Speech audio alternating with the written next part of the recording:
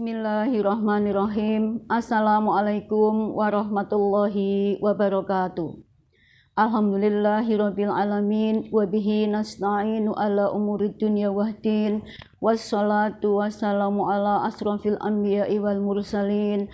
Asyhadu an la ilaha illallah wa asyhadu anna Muhammadan abduhu wa rasuluh.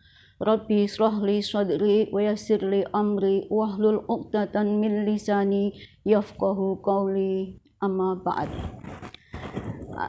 Anak-anakku yang saya banggakan, kembali kita bertemu dengan Marhaban ya Ramadan tahun 1443 Hijriah. Bulan Ramadan adalah bulan yang ditunggu-tunggu kehadirannya oleh seluruh umat Islam di dunia. Bulan Ramadan, bulan yang penuh dengan ampunan, maghfirah, bulan yang di dalamnya terdapat peristiwa-peristiwa spektakuler, diantaranya bulan di mana diturunkannya Al-Quran, dan ada malam baik di antara 1000 bulan, yaitu malam Lailatul Qadar. Anak-anakku, pada saat ini saya akan menyampaikan tema tentang kesempurnaan berpuasa. Berpuasa itu hukumnya adalah wajib. Bismillahirrahmanirrahim. Ya ayyuhalladzina amanu kutiba alaikumusiyam kama kutiba alal ladzina min qablikum la'allakum tattaqun. Surat Al-Baqarah ayat 183 tadi menjelaskan bahwa puasa Ramadan itu hukumnya adalah wajib dan sudah diberlakukan semenjak sebelum kita, umat-umat terdahulu, la'allakum tattaqun, untuk mencapai takwa kepada Allah. Anak-anakku, takwa di sini artinya Allah menjelaskan dalam surat Al-Imran ayat 133 sampai ayat 134. Bismillahirrahmanirrahim. Wasyari'u ila maghfiratim mirabbikum wa jannatin arduhas samawati wal ardu uiddat lil muttaqin.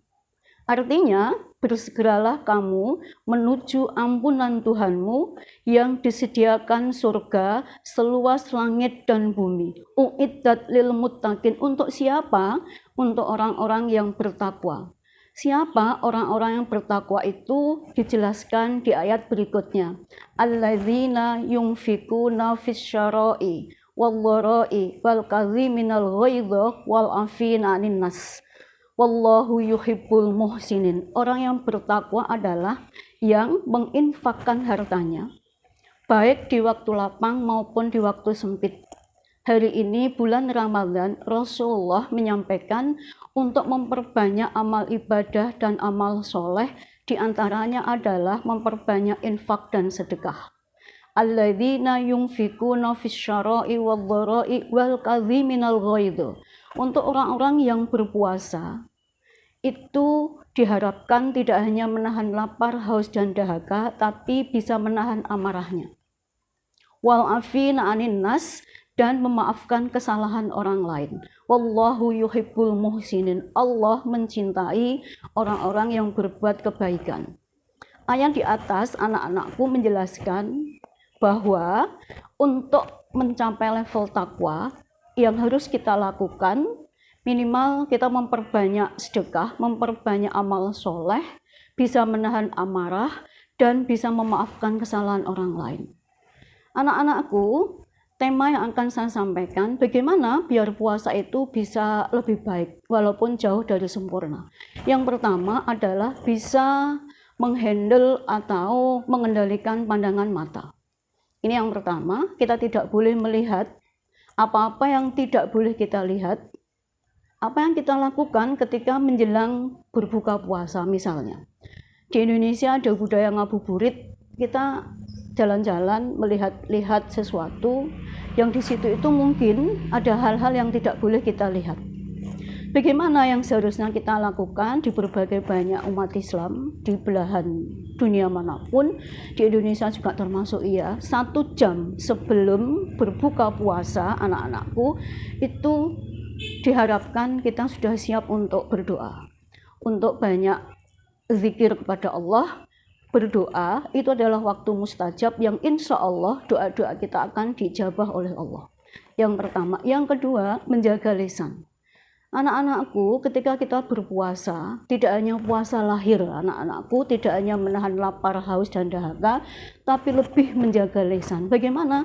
Tidak berdusta, tidak ghibah, atau tidak berkata kotor, tidak berbohong. Misalnya, dari rumah kita puasa, tapi setelah sampai pulang sekolah, kita mampir ke warung.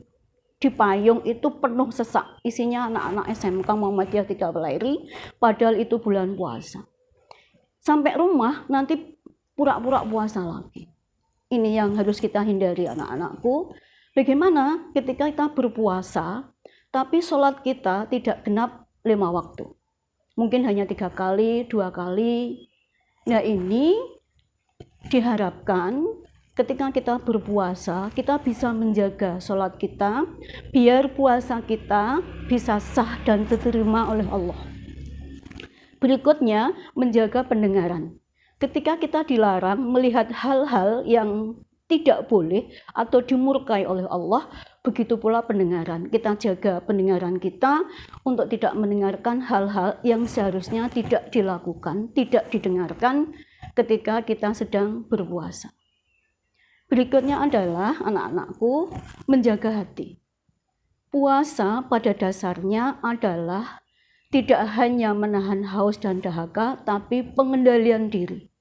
Untuk menjaga hati, niat kita ikhlas lurus berpuasa karena Allah, insya Allah puasa kita akan lebih baik. Anak-anakku yang saya banggakan, saya mengucapkan marhaban ya Ramadan, selamat menunaikan ibadah puasa. Pada dasarnya tidak hanya puasa lahir, tapi lebih pada niat yang ikhlas kepada Allah. Terima kasih, saya akhiri. Selamat berpuasa. Wabillahi taufiq wal hidayah. Wassalamualaikum warahmatullahi wabarakatuh.